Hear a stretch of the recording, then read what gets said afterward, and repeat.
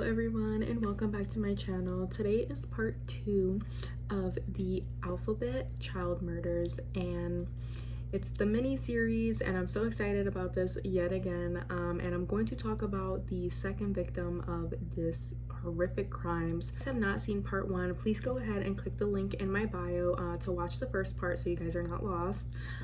Please also like and subscribe so you can see whenever I post, and I post every Monday, Wednesdays, and Fridays at 1 p.m. Eastern Standard Time. So let's jump right into it. Now, if you guys remember from the prior video, the alphabet murders are a series of child murders that had occurred in the 70s in Rochester, New York. The next victim I'm going to be talking about is Wanda Walkowicz. She was only 11 years old when, just 17 months after Carmen Colon's murder, Wanda disappeared. At about 5 p.m. on April 2nd, 1973, Wanda had vanished while returning home from running an errand. Wanda had went into a deli to pick up some groceries for her family. Wanda had purchased the groceries and was seen by the store clerk leaving at about 5:15 p.m. Wanda had began walking on Conkey Avenue, but she never made it home. Wanda's mother obviously was super concerned. Her name was Joyce, and she had actually reported Wanda missing at about 8 p.m. the same day. So this is just so upsetting to me. Poor Wanda went to go just run errands. I'm pretty sure her mother probably told her, hey, can you pick up a couple items for me? And she never made it home. Once Wanda was reported missing, investigators had swarmed the area where Wanda was last seen. So they were really looking for any clues that can lead up to what happened to Wanda. At this point in time, they had no idea what happened to her. All they knew was that she had went into the grocery store and she left and didn't return home. And it was about 50 detectives that were on the specific case. They searched several miles from where Wanda was last seen. Although authorities searched everywhere, nothing could be found of Wanda. But many residents who lived in the neighborhood of Conkey had seen Wanda struggling to carry the bag of groceries she had purchased.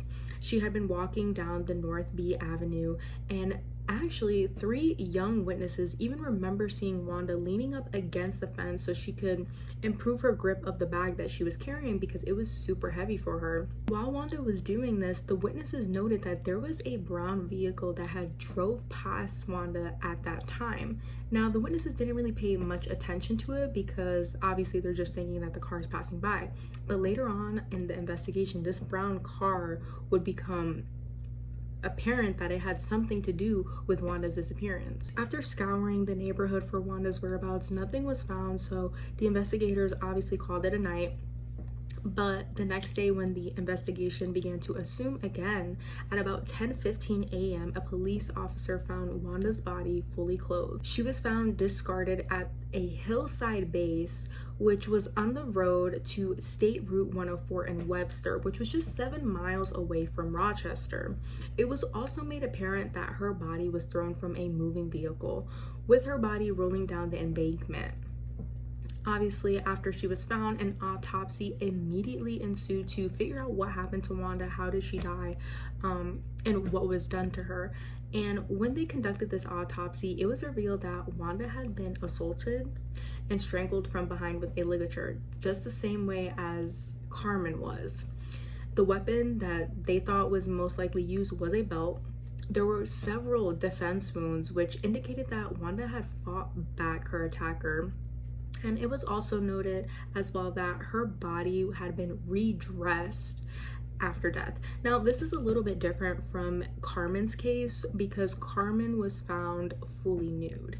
I'm not sure if maybe the perpetrator decided to change the MO to try and get police off of him being the same killer, but it seems that he was trying to change his MO to not have these 2 murders linked. That's just my opinion, but that's what I think, because what is the point of doing that if with your first victim you just just left her nude. It's just, it doesn't seem like he did this because he wanted it to. I think he was trying to lead investigators off of his trail for sure. And what's also very alarming is that on Wanda's body there was found white cat hair.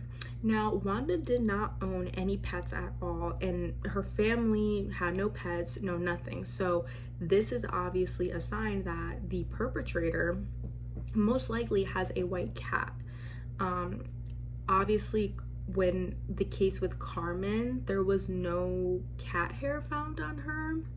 So maybe past the several months, maybe this person probably purchased the cat. I mean, it didn't really say a lot about this particular source of evidence, but I'm going to assume that maybe during those several months where he was not active, he most likely purchased the cat. Obviously, investigators were very stumped about who did this to Wanda. The same thing how they did with Carmen's case. They put a hotline out for any tips, they handed out flyers, and there was even a reward for $10,000 for any information that could lead to an arrest. There were also eyewitnesses who came forward and stated that on the evening of April 2nd, they had saw a child standing alongside the passenger door of a large brown vehicle, possibly talking to the driver. The eyewitnesses could not get a clear view of the driver or they could not hear the conversation, but the location where the witnesses had saw the car was not far from where Wanda lived at. So this eyewitness literally saw moments before Wanda was possibly taken. Another witness had came forward and contacted the police via anonymous hotline and stated that they had saw a man forcing a red-haired girl into a light-colored Dodge just on Conkey Avenue between 5:30 and 6 o'clock p.m. Now, if we remember, this is the same exact vehicle that motorists had saw Carmen in. So the way that these two cases are just linking up as the same person is completely baffling. And what's so odd about all of this is that investigators did not initially link these two cases together, even though they were practically the same MO.